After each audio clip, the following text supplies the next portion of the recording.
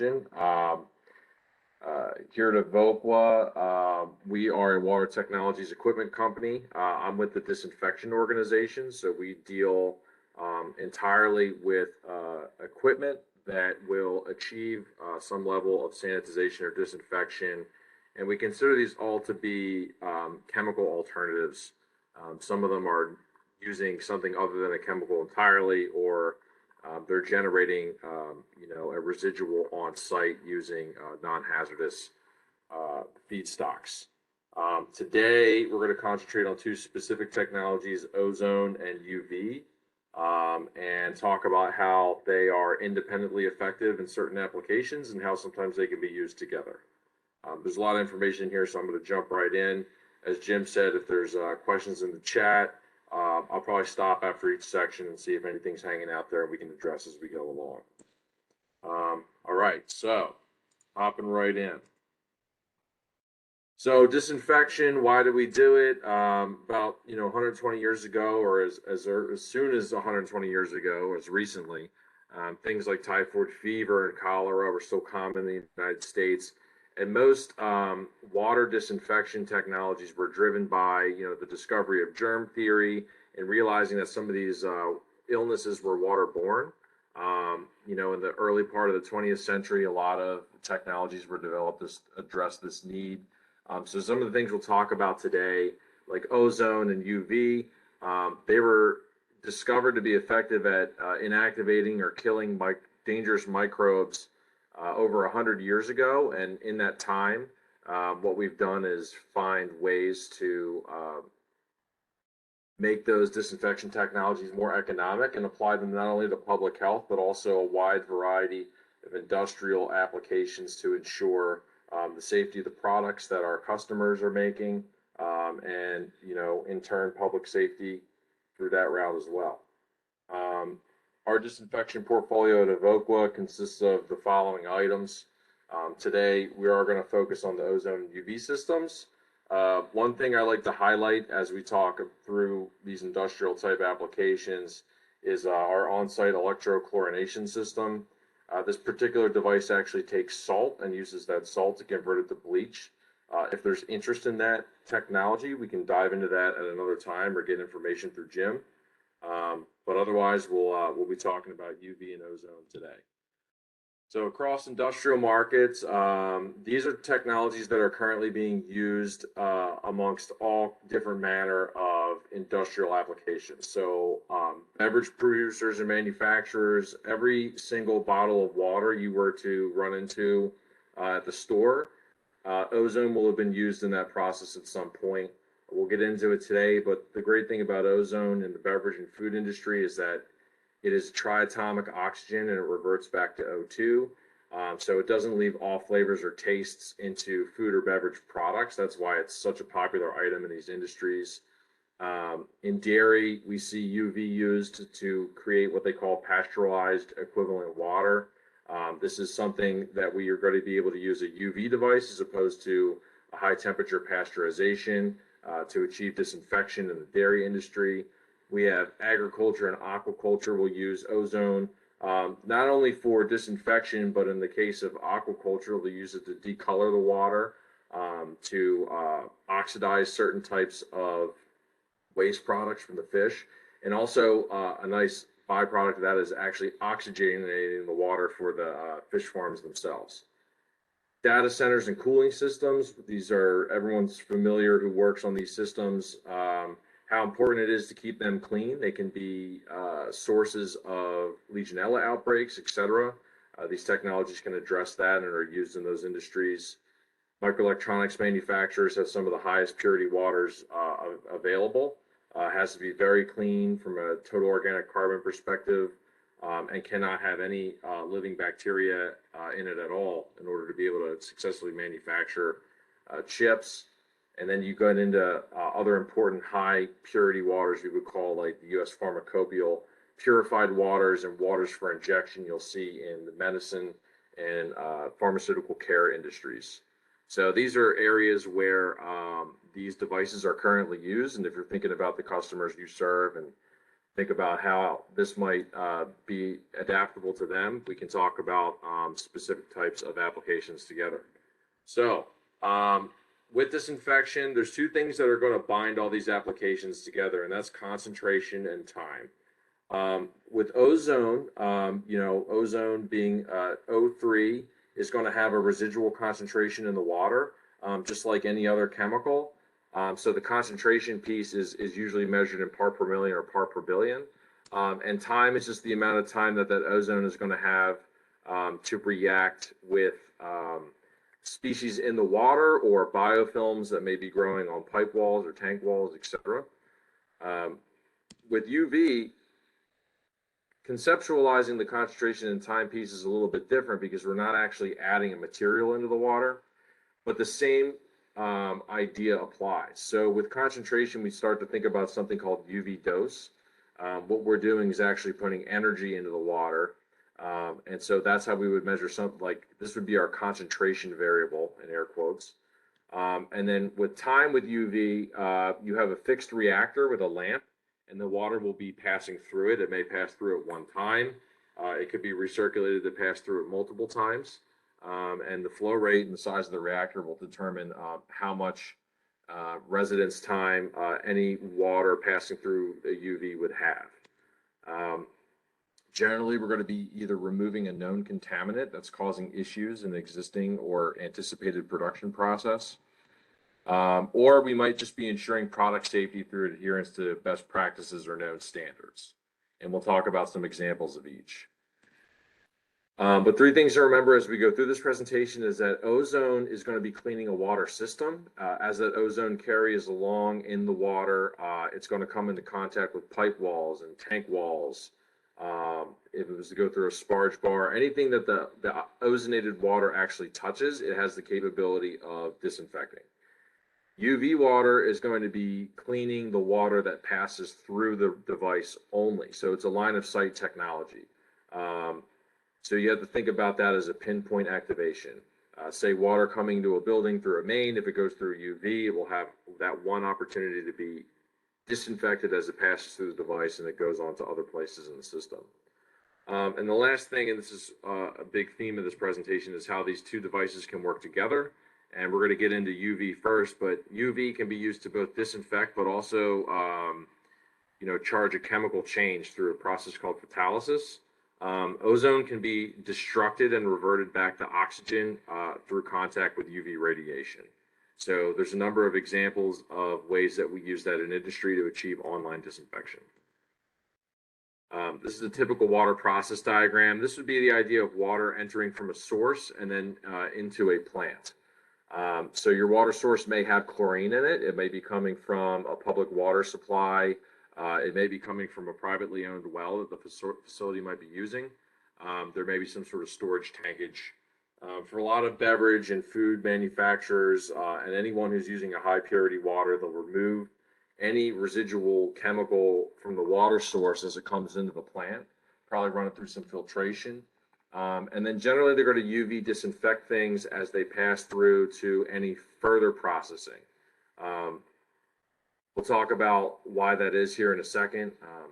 RO membranes could be subject to biofilm growth after the carbon tower were to remove, say, a residual chlorine. You have nothing anymore protecting you from microbial growth, whether it be on the pipes or on important pieces of process equipment, so that UV device can help out there. And then generally, ozone is going to be used after the water is made and is going to keep it clean because we've already put all this time, money, and energy into creating water of a certain standard before it goes to points of use. And then you can see this ozone destruct unit could be employed if you have online ozonated water that has to go to process, or if they want ozone in the water to process, you would go directly to, say, a bottled filler. In terms of the process equipment you'll see in water coming into a plant, activated carbon, whenever there's a tower there, we would highly recommend that you use some sort of disinfection method after that. As you pull out chlorine from the water, carbon beds are warm, they're wet, there's a lot of surface area and places for microbials to hide. It doesn't take much to get a colony started in there, and you could impart bacteria in the water, and then there's not going to be any kind of residual chemical to attack that as it leaves to the rest of the process. Brake tanks, reverse osmosis systems are at risk, as we said. It doesn't take much, just a few bacteria to get through a complicated process into a holding tank of finished water for there to begin the development of biofilm.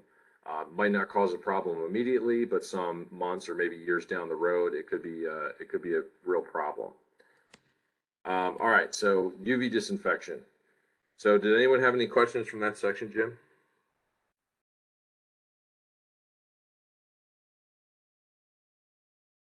Sounds like probably not, so we'll keep on moving. So UV, what we're doing here is we're applying UV light below the visible spectrum at a disinfection range between 200 and 280 nanometers. 256 is the disinfection wavelength. The real point of this slide here is to remember that this energy is below the visible spectrum. And because it's below the visible spectrum, we can't necessarily evaluate its effectiveness without doing some testing with equipment, that could augment, our inability to see light below 300 something nanometers and some change. So what are we doing with UV? We're doing one of two processes. We're either disinfecting. What UV does is it pumps radiation into the DNA of microorganisms and cuts them up. A friend of mine in the industry uses an analogy I like to borrow. This is a lot more like neutering your pets more than it is killing the bacteria itself. What it does is it actually makes them incapable of reproduction. So what you've done is you've made them non-viable, and then they will die off in the system. And that's how UV works from a disinfection standpoint. UV also does photolysis, as we mentioned before. It's the same idea. We're using a UV wavelength energy light, and that's going to be able to disrupt some of the bonds in certain common chemical molecules. You can use UV to destruct ozone, chloramines, even NDMA, and some other common chemicals. So you can see the disinfection range here. That's going to be at 254 is the general industry lamp wavelength output.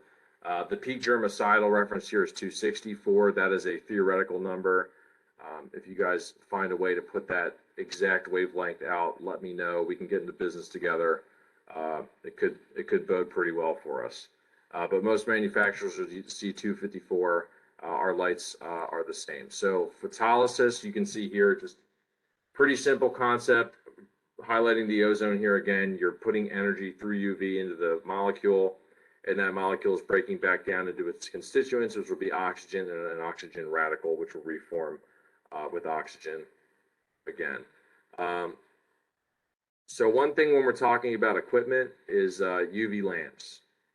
So UV lamp pressures, which I'll be referring to here in a second, it doesn't have anything to do with the water pressure that's running through the unit or anything of that nature. It just has to do with the pressure of the gases that are inside the lamp itself. Different gas pressures can cause different spectral outputs. There's three main types of technologies you'll see on the market. There's what we would call a low pressure lamp. These would run maybe in the 45 to 50 watt range. These are going to be in residential or semi-commercial units at very, very low power and very low flow rates. In terms of their efficiency, 35% of the input electrical power is converted to disinfecting UV wavelength light. 35% is converted to visible light, which is a waste product in this case, and 30% is producing heat. The wavelength coming off this is monochromatic, again 254, right at that one single wavelength.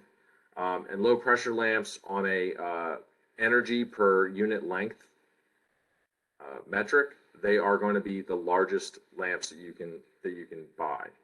So they're not good as you scale up, and that's why we don't see them in a lot of commercial applications. The next up is low pressure high output or amalgam style lamps. These are more or less displaced low pressure style lamps in industry. A lot of the same parameters here. The main difference is that these are going to be higher wattages. You're talking now in the 200 to 400 watt, depending upon the lamp. manufacturer and style. And these achieve a slightly larger concentration of UVC output per unit length. So you're able to condense the system a little bit and you maintain this 35% efficiency. And then the last type of lamp that you'll see, and one that we use quite often, is called a medium pressure lamp. This refers to, again, the pressure inside of the 50% of the input electrical energy will be converted to usable UVC wavelength light. 20% comes out as waste visible light, and 65% comes out as heat. So they do run hotter. They are a little bit less efficient, but the trade-off is that your UVC output per unit length is extremely high. These systems are incredibly small, and they can be packaged in a very small footprint area, which can be important for certain clients. This is an example of a medium pressure reactor vessel. This is our wafer system. This would be industry leading minimum footprint. And so the idea here, right, is that UVC output per unit length is very high. So you can achieve the same amount of disinfection in a very small device. This is an example.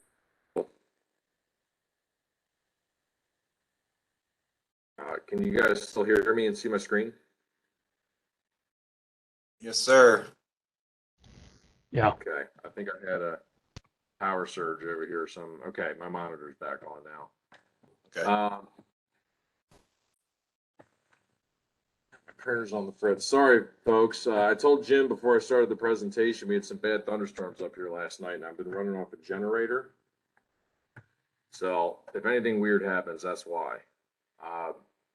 Anyway, back to this. Kind of some ideas. These are some things that we do. You can find them in other manufacturers, but things we would recommend. Wiper systems, something you want to look out for any water that is using anything less than RO quality. Reason for this is you can get a wiper system in there and mechanically run up and down the system, and it'll keep your quartz sleeves clean. It's going to be a maintenance reducer, and it's going to increase the lifetime of your system between preventative maintenance runs. Also, systems should have a temperature probe to monitor any overheating where the system left to be run dry, or if it were to not turn off for some reason. That's an emergency safety shutdown feature, protects the units and the operators. And also, we would recommend you have something like a UV intensity monitor. That's simply a feedback to your control panel that's going to say, hey, the lamp is delivering the amount of power that it needs to be delivering to achieve a certain dose that's going to ensure that you're either killing bacteria, I should say inactivating bacteria, or achieving the photolysis that you're trying to achieve. This is an example of a low pressure, high output or amalgam style lamp. You can see the device is going to be longer, and the lamps are going to be oriented a little bit differently, parallel to flow instead of perpendicular. These devices can be oriented vertically, horizontally, and they're going to include a lot of those same features I just talked about. And then with any UV range, you're going to have the opportunity to configure it to the need of your client or your application. We can have sanitary tri-clamp connections. We can size up to anywhere from 10 gallons a minute all the way up to multiple thousands of gallons a minute in either of these lamp styles to fit the application. Real quick, an idea here of the difference between monochromatic and polychromatic light. So we talked about the low pressure lamps being monochromatic. You can see here this LPHO, that low pressure high output lamp output. That's a single vertical line here on this graph at 254. This is curving up right here, and you can see between these examples and handbook values in terms of inactivating DNA or E. coli, you're looking about a little bit more than 75% effective at inactivation for every microbe that would come across that light or be subject to that light. The medium pressure output lamp is going to do something called a polychromatic light spectrum, many wavelengths, and you can see there's peaks and valleys here. And so if you integrate under this curve, that would be effectively the dose that you're applying you know, and it's going to be corrected by the effectiveness at whatever wavelength. You can say we have a pretty significant peak here above 260. That's very effective at inactivation. And then medium pressure, because of this feature, might hold advantages over low pressure in photolyzing certain types of chemicals. So that's something we could look at together on an application by application basis. In terms of sizing a system, one of the main components that we need to know outside of flow is what we call UV transmittance. So this would be measured in a sample, a 10 millimeter wide sample, and you would simply put this into a UVT sensor, and it would tell you how much percentage of UV light is able to make it through this fluid sample and to a UV sensor. The reason we have to do this, as we said before, is that this light is operating below the visible spectrum. So again, we can't look at a glass of water from any given process and say, oh, you know, that's really clear. You know, I bet you it's, you know, 99% or whatever. Because there's going to be things in the water that are going to be a little counterintuitive when it comes to UV wave light. Biggest example here is you have something like drinking water and distilled water.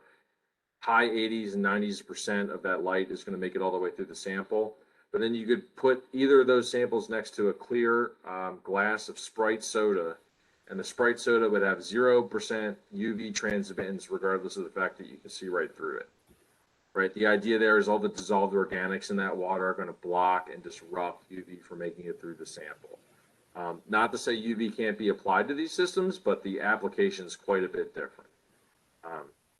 So just something to keep in mind. So as a parting thoughts on the UV section, you know, we're talking about this is a truly non-chemical solution. So anyone who has a process that is can't sustain chemical disinfection, whether their points of use are sensitive to oxidants, whether they have sensitive membranes that do not want to be subject to chemicals, etc. You know, that's a place where you're going to be talking about using UV. Another thing UV will be used against is certain types of chemicals, or I'm sorry, microbials that are a little bit more tolerant to standard oxidants. And a good example is Cryptosporidium and Giardia. You hear about these outbreaks sometimes in public pools or in, you know, open surface water sources. UV is really good at inactivating these types of microorganisms where chlorine can, but it takes a lot of chlorine to do it. Quick case study. This is a good example of a fluid that has a low UVT. So this is Silo, you know, and I'm not even going to attempt to pronounce this, folks. You caught me in my attempt, but this is a microorganism that grows in soil and is something that our friends in the citric manufacturing industry run into from time to time. It was thought before that these types of thermophilic species of bacteria couldn't germinate in low pH environments. UV, well, anyway, this particular strain ended up being resistant to that process. They weren't sure what to do. They were getting outbreaks in their products, and they said, well, why don't we take a look at UV as a solution, because we won't be adding any kind of oxidant or disruptive chemical into our citric juice. So the solution ended up being medium pressure lamps, doing something we call a thin film treatment, and that's reducing the amount of space between lamps to achieve more of a surface UV treatment. Even though the UV can't penetrate far into the water, we can increase the power delivered and increase the surface area that the cord sleeves are touching the fluid as it flows through. So we're able to achieve a 3-log reduction of that particular bacteria in this environment for that customer without having to add any chemicals to their system. So this is the picture of the unit. This is our SX, is a medium pressure lamp, but some things to note here as you look into design. You're going to want to have sample points before and after the unit so you can take microbial samples. Also, in this particular instance, like we said before, you have about a 3-inch process line. because of the surface area they needed, the flow rate they needed, and some of the other parameters, they had to size that up to fit this rather large reactor. I think this is a 12-inch flange unit. So anyway, that was a successful disinfection case study. Another thing I like to put on calls when we're talking to ASPE chapters, because this is something I know you folks see, is Legionella remediation or prevention. So there was a study done in the University of Virginia. This would be a potable water system. 23% of Legionella infections are originating in a hospital, and many of those actually start in the premise plumbing system, and any balance that don't begin there would be in the cooling towers, more likely than not. In a specific hospital in Virginia, 27% of the samples in an old hospital were positive for Legionella. They installed UV on a branch of the plumbing system that went to patient care with sensitive populations, folks that were recovering from surgeries. They were able to dramatically decrease their number of Legionella hits. So when they built a new hospital directly across the street, they added UV to the water main, and then tracked their UV or their Legionella hits for the succeeding 13 years. And they were without a single Legionella detection over that time. So obviously Legionella is coming from the water system. UV is really effective at inactivating Legionella. Here you had 520 gallons a minute. We applied a 30 millijoule per centimeter squared dose. That would be what you would consider a common disinfection dose. It's not a ton of power, so it's pretty cost effective, as you can see. The author's recommendation is UV light's probably the most effective when installed at the time of construction to control epidemics and species. This goes back to being a line of sight technology. And then just a couple notes is controlling for other factors. The municipal water supply didn't change their chlorine feed over the entire time. You can see here that Legionella is very easily inactivated with UV light. And so are amoeba type species that carry Legionella in their guts. These are both resistant to chlorine. This is how they make it through water systems to begin with. So UV is a really great barrier to Legionella in areas where people are worried about sensitive folks, be it young children, the elderly, or people recovering from cancer treatments or surgeries. The other thing that's great about UV is that in a potable water system or a premise plumbing system, this device, according to the EPA handbook on the subject, would not put you under a designation calling your facility a public water system. This is something our clients generally want to avoid because it brings in, the necessity. If they were to feed a chemical to the system, they would have to have a state licensed operator, and they would fall under a regulatory designation that would require a lot of extra work on their part. For good reason. If you're adding chlorine to a drinking water source, a lot of regulations are in place to make sure that that's being done correctly and not in a dangerous way. UV, you cannot overdose water with UV. So there's not a danger of changing the chemical characteristics of the water and making it unsafe to drink. So this is a system you could apply to a group of folks that might be having trouble without having to worry about onerous regulatory side effects. And that would be the end of the UV section. So I'm at about a half hour. I'm about halfway through, so I'm doing okay on time. If anybody has any questions at this point, I cannot see the chat myself. If you want to shout something out before we head on through to the next part, let me know. Hey, Joe. Okay, go. Yes. Brett Abner with Coke Company. I was just curious. The one graph you mentioned earlier it said something about 75% effectiveness. I was just curious how that relates to the actual disinfection rate. Typically, as you know very well, UV is either typically 3 or 4 logs, depending on what device is being used. But I was just curious. I may have misunderstood that that chart that you showed earlier. Right, Brett, that's a good point. So I guess the reason for that chart's inclusion is to just kind of show the difference between what a low pressure high output lamp is putting off versus a medium pressure lamp. In regards to sizing in a real world application, you're exactly right. What we're doing is we're going to be achieving a log reduction of a known species, or we're going to be applying a dose based on the client's recommendations. General disinfection would be 30 millijoules per centimeter squared. So that 75% efficiency of the light in inactivating a given microorganism is going to be compensated for by adding extra power.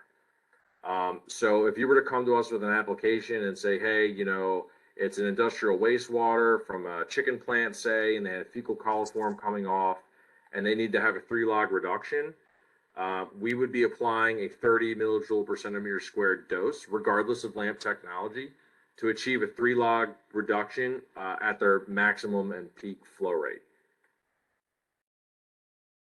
Okay, yeah, that makes sense. Does that answer your question? Yeah, I was just trying to understand the correlation between, again, that graph and the actual log reduction that I knew was pretty common. Thank you. Understood. Yeah, I'm sure there's some math that's a little bit above my head involved in getting from that graph to this table. But this is what we would be talking about if we were to look into a specific application together. We'd be talking log reductions. Yeah. Okay. Thank you for your question. Yep. Yeah. Thanks for clarifying that.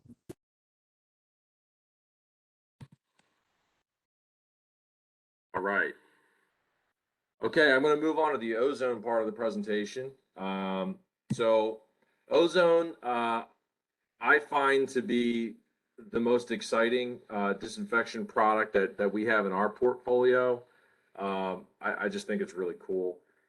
It was first used to treat drinking water in the early 20th century, late 19th century. So its ability to be used as an oxidant disinfectant is well established.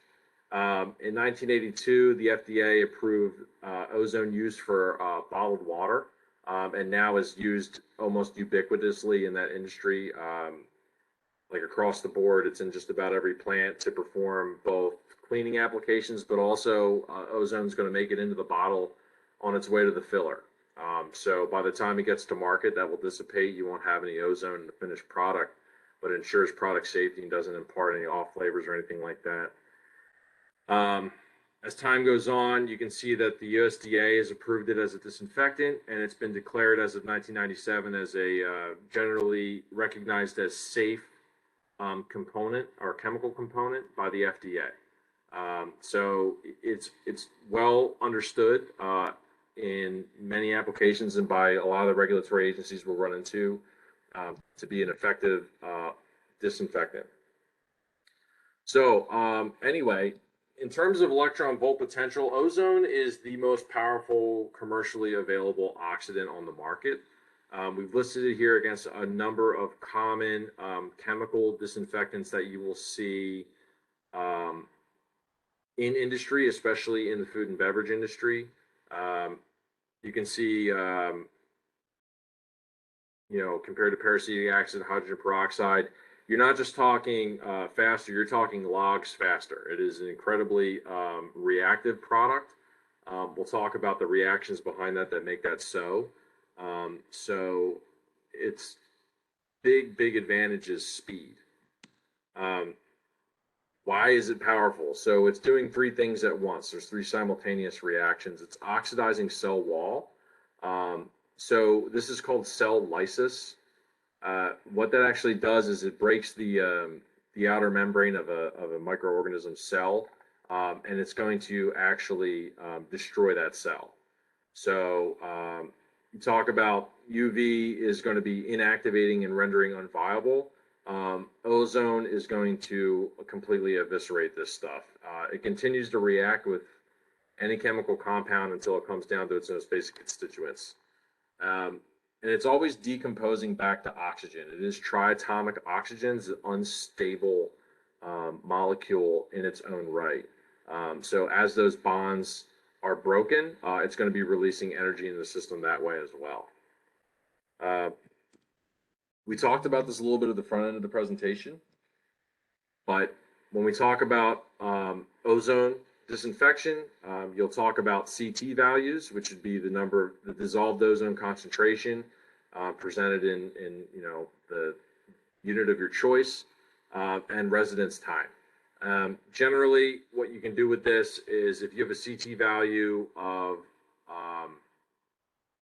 1, that could be 0.1 ppm of ozone dissolved for 10 minutes, or it could be 2.2 ppm of ozone dissolved for 5 minutes.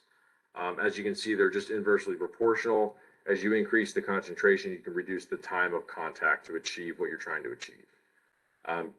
Generally, it's up to the producers to develop and validate their own ozone concentration and residence time requirements. There's 3 different ways to produce ozone. You can do it through UV. So this is actually what's happening in the upper atmosphere.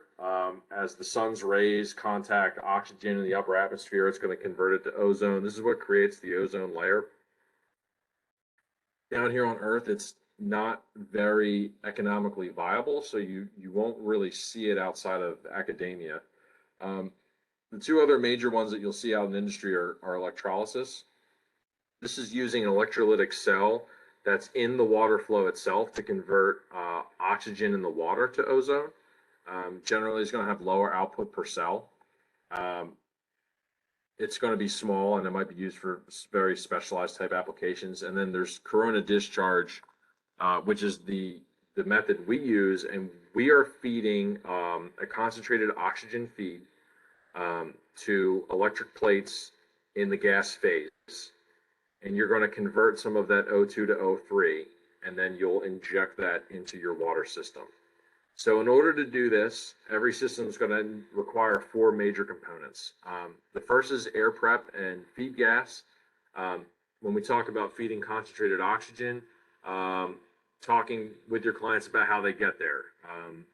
Do you take a compressed plant air, run it through some filters, and then run it through an oxygen concentrator that's on board an ozone system? We can do that.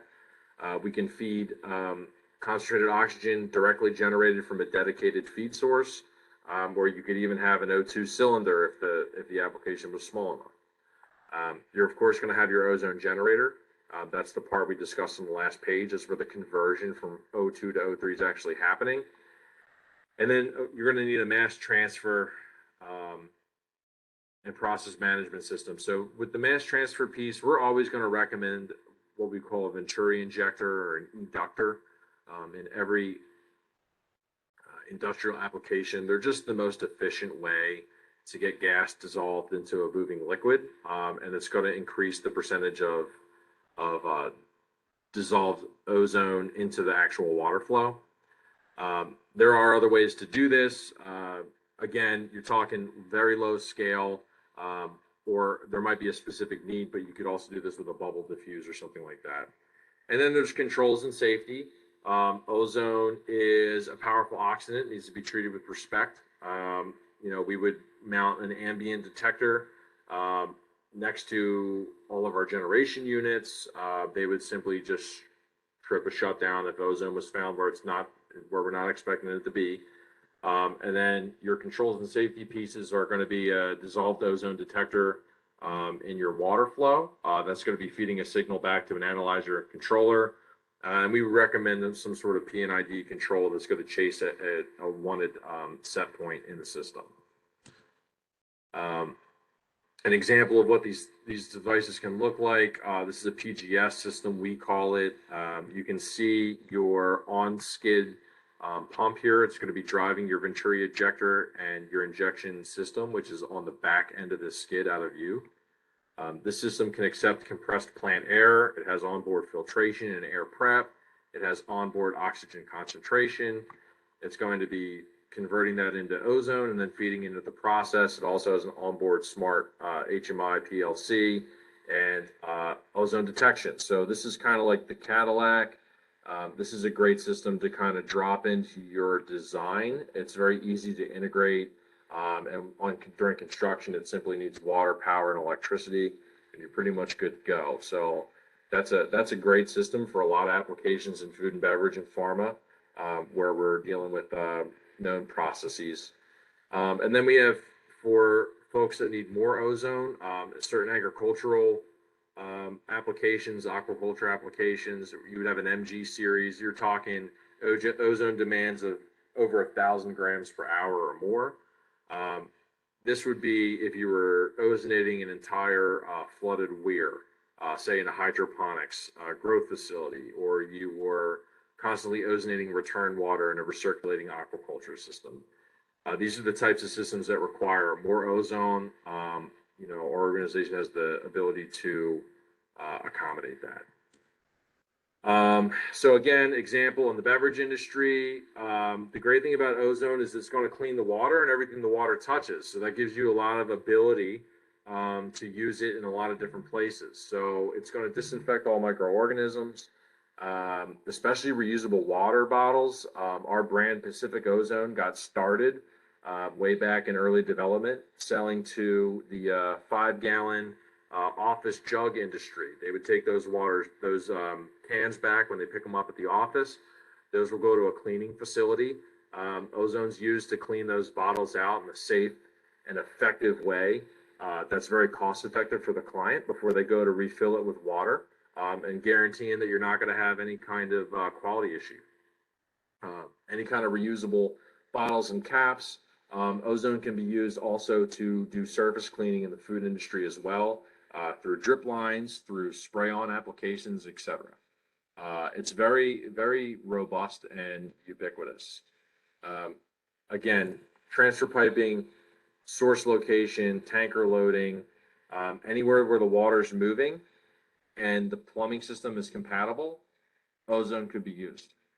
So we'll talk a little bit about that compatibility here in a second, because our last section's CIP technology, which is going to talk a little bit more in depth of how ozone is applied and then how UV and ozone kind of work together. So any questions moving into this last bit?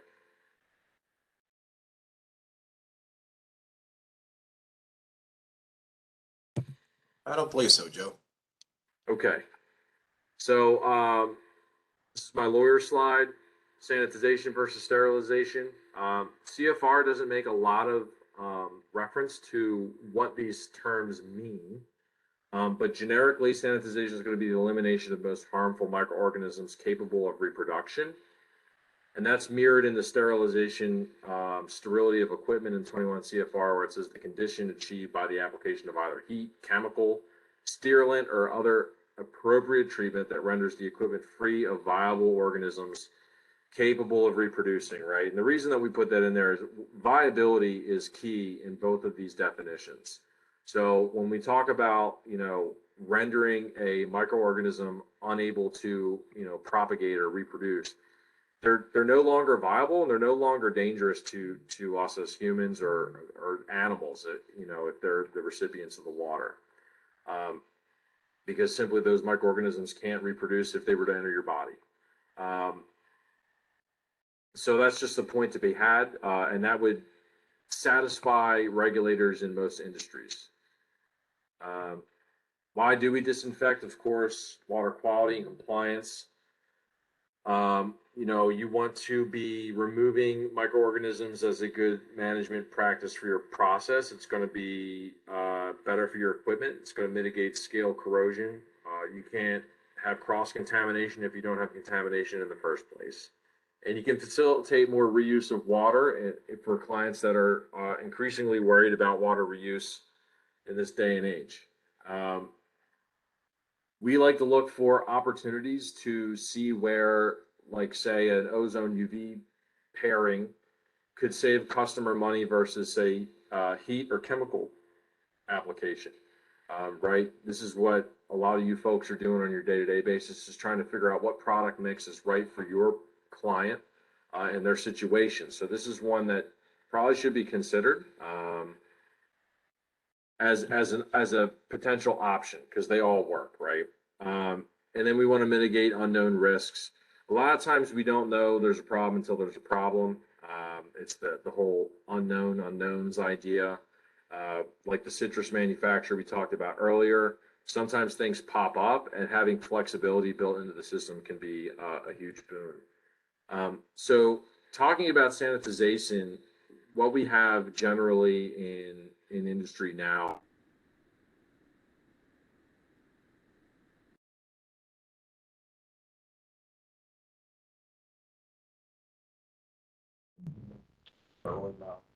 Joe, you still there? Lost Is you, there a Joe. Back? Can you all hear me now? Yeah, I hear you now. Okay, not sure what happened there. Go put some more gas in the generator. Say that? So go put some more gas in the generator. I know tanks are running low, man. It's hard to talk for a whole hour. I only had one coffee this morning. Uh-oh. So chemical, of course, right?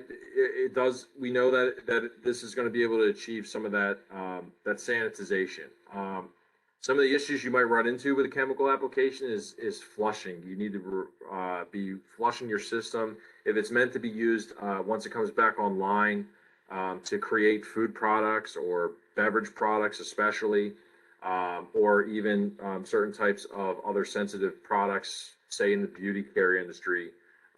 You can't have residual chlorine necessarily just sitting around in the piping. So this can be a water intensive process. And you'll see that in a lot of clean in place systems that a lot of our clients are using. And it can be time consuming and it can be costly. Heat's great. It'll kill everything. You can do it intermittently. You can do it continuously. Problem with heat is it can be energy intensive. To heat water up, we all know that that's kind of the issue with generating energy and all those things. Water, it takes a lot. From a contact time perspective, it can be fairly fast, but then what you have in your system once you're done heating up is hot water. So dissipating that heat can be an issue as well. You might have to improve, you have to add something like a heat exchanger if there's a time concern from a downtime perspective. Also, heat is not going to be able to necessarily reach into dead legs if you don't have enough flow to carry that heat transfer into dead areas. Ozone can be intermittent or continuous. What you can do with ozone is reclaim all or the vast majority of the water you're using the ozone with, which can be a big advantage for customers that are looking to reduce water usage. It's not going to be compatible with natural rubbers and some other specific types of equipment we'll see in plumbing systems. But it is an oxidant. Chemical oxidants are also going to have issues there as well. So we'd work with you to find the right concentration for the system, given the materials. Ozone loves stainless steel. It loves a lot of the materials that we already have in sanitary systems. So it's usually pretty easily applicable there. It's extremely fast, as we had said before. And because the molecule is very unstable, the average half-life of ozone in a water system is about 20 minutes. And we can speed that up even faster if need be. Again, with the dead legs, because ozone's constantly destructing on its own, if you don't have flow pushing ozone into a dead area, that could be a cause for concern. That's where chemical can beat heat and ozone, right? Is because you have that residual. You have the time for that mass transfer to just carry the concentration into areas of low or no flow. It's not perfect, but it's possible. So talking about using a clean in place type application where we're going to look at using ozone as opposed to some of the traditional methods you would see in the food and beverage industry. This is a case study.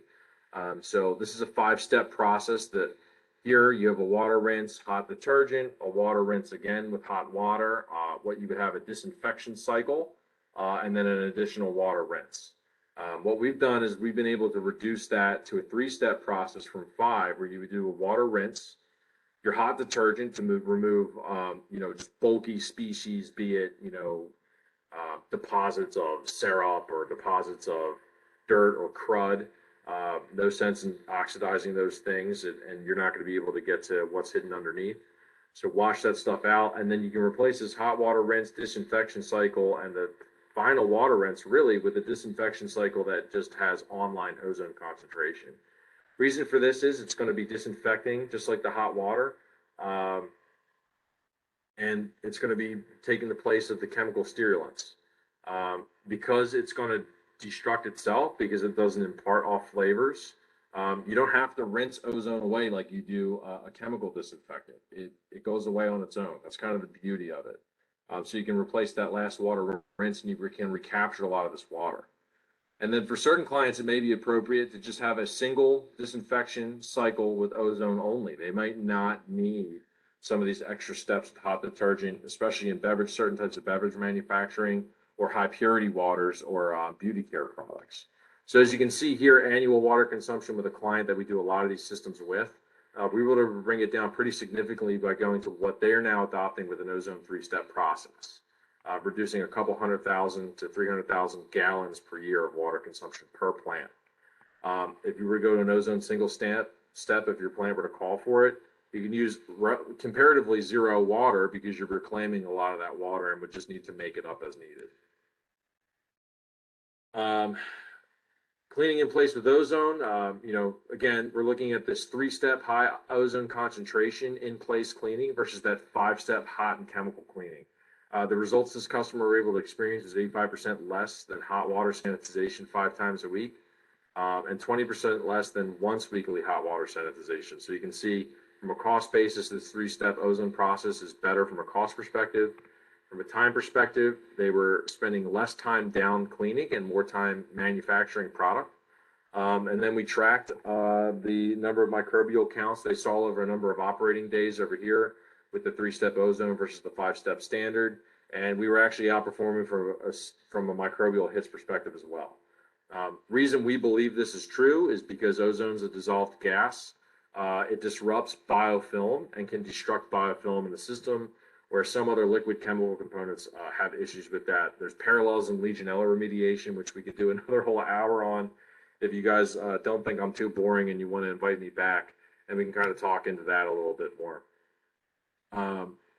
Ozone sanitization considerations, right? So sanitization levels, they're going to be, even 0.5 is relatively high. You're going to be less than this number here. It could be 0.1. It could be less than that. Sanitizations can be as short as 20 minutes long. It's going to depend on how long is my piping run, how much volume are we trying to actually get a ozone residual in place, and we'll kind of talk about what does like the actual mechanics of this look like. We want to be careful of ozone in the atmosphere. This 1 ppm, I think that's an instantaneous PEL, or short term as they would call it. Again, we would always recommend having atmospheric detection as a safety feature. Ozone is heavier than air, so it would collect in low-lying places. And there's ways to use this in a safe and effective manner. We can be removing biofilm. Again, you're going to want to talk, especially when we talk about premise plumbing systems and existing plumbing systems. If dead legs are a concern, that's something we want to be thinking about if we were to use ozone in some sort of capacity there.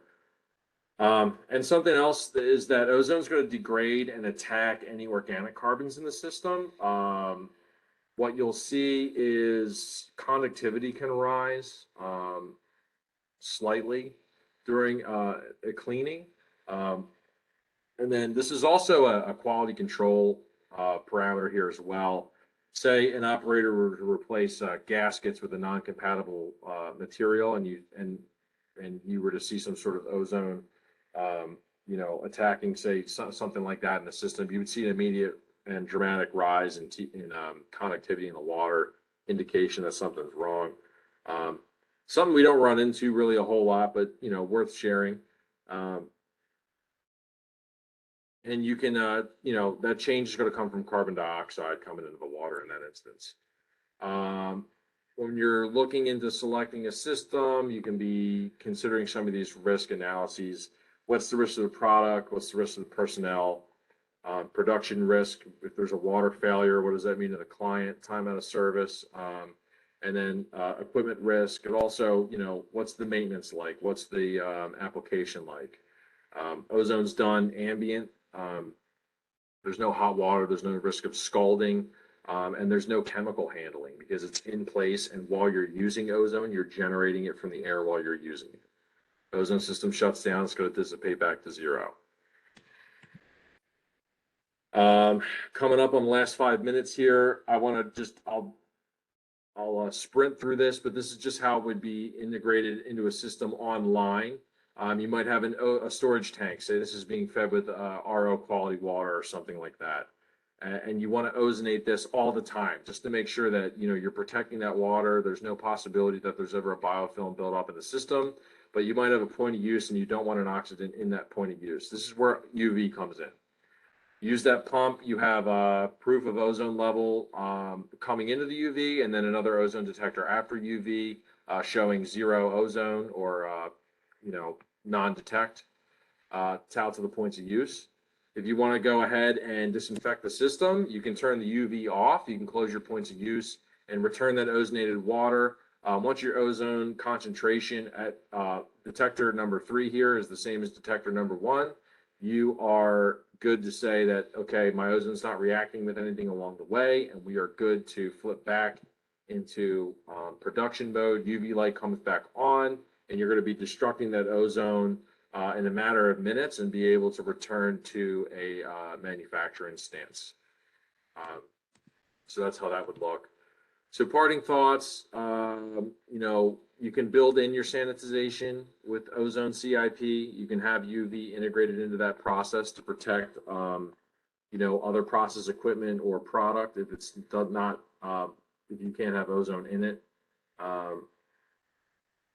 The molecular processes of UV photolysis, right, and ozone for both disinfection and also TOC reduction can be harnessed together, right? And then rethinking chemical disinfection. Ozone has a lot of viable applications. It's been used in certain industries for well over 40 years now. But there's a lot of opportunity to use it in places that don't currently consider it.